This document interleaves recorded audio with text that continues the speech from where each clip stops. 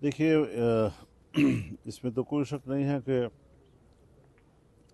गुज़श्ता 2 दहाइयों से हमारे जो कबायली इलाक़ाजात हैं वहाँ पर आम आदमी की ज़िंदगी का चैन ख़त्म हो चुका है।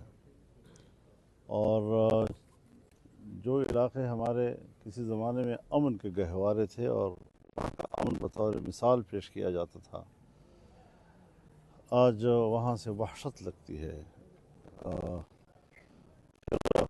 सलाम हो उन लोगों पर कि उन हालात में भी वो लोग ज़िंदगी गुजार रहे हैं और अपनी हिम्मत है कि हम फिर भी जिए जाते हैं, कब इसदाक बने हुए हैं।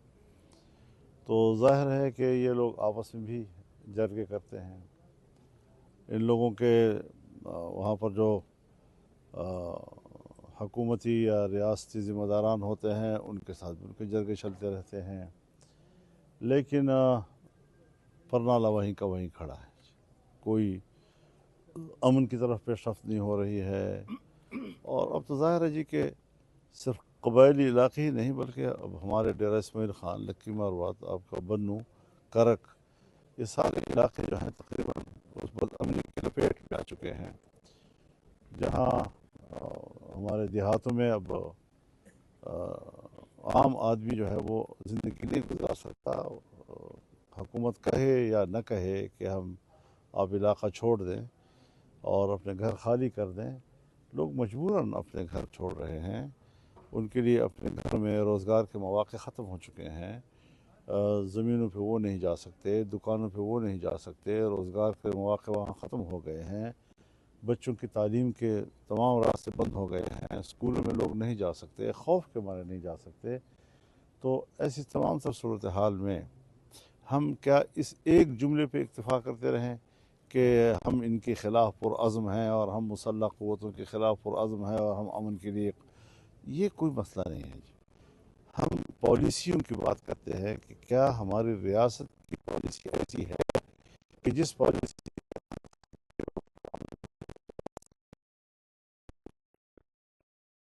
2011 से मैं देख रहा हूँ, बल्कि 2010 से, कि स्वात ऑपरेशन से लेकर मुख्तलिफ तमाम इलाक़ों में कोई 11 या 12 ऑपरेशन हुए जिसके मुख्तलिफ नाम रखे गए, लेकिन आज भी उससे कहीं बढ़कर सूरत हाल ख़राब हो गई है जी। तो इस सारी चीज़ों के ज़िम्मेदार कौन है?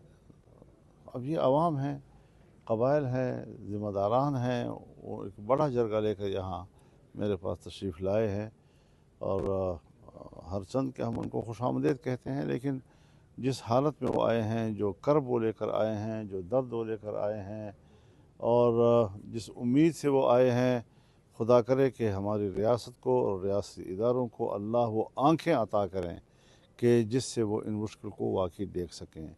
इनको कोई मुश्किल शायद नज़र नहीं आ रही, या उनका एहसास नहीं है, या उनकी दिलों की बसीरत जवाब दे चुकी है।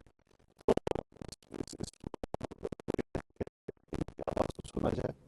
और अब मज़ीद आगे एक और जगह हम बुलाएंगे और उसमें एक वफ़द तश्कील दिया जा रहा है, जो दूसरी सियासी, जो हमारे पश्तून बेल्ट की सियासी जमातें हैं, शख्सियात हैं, उनके साथ वो रब्ता करें और फिर एक और जरगा उन तमाम जमातों के बशमूल हम बुलाएं और फिर अगला राय अमल उसी के ज़रिए से हम तय करें। मौलाना साहब, वज़ीर आला ने वफ़द भेजने का ऐलान किया है अफ़गानिस्तान, इस हवाले से क्या कहेंगे? देखिए ये सियासी नाबलद लोग होते हैं, उनको ये भी पता नहीं है कि दूसरे मुल्क के साथ मामलात जो है वो स्टेट की सतह पर होती हैं या सूबे की सतह पर होती हैं। तो वैसे तो सैर सपाटे के लिए ठीक है, अगर ज़्यादा चाहें कौन रोक सकता है।